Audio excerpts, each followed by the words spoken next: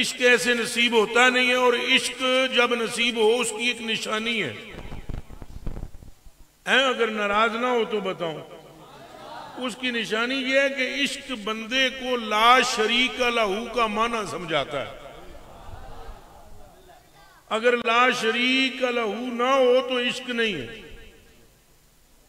जे माशूक के सिवा किसी और पर नजर टिक जाए, दूर की बात है नजर पड़ जाए, वो भी आशिक नहीं है।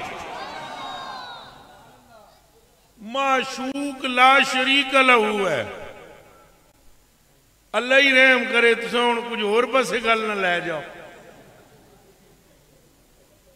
आते तुसी ना लै गए हो तो कोई मौलवी जरूर खिंच के लै जाएगा, लाजमी, कि ये क्या कह दिया, ये सही कह रहा हूं। आला हज़रत बरेलवी भी फरमाते हैं, वो फरमाते हैं तौहीदे भी दो हैं, एक तौहीदे खुदाई, फिर तौहीदे मुस्तफाई।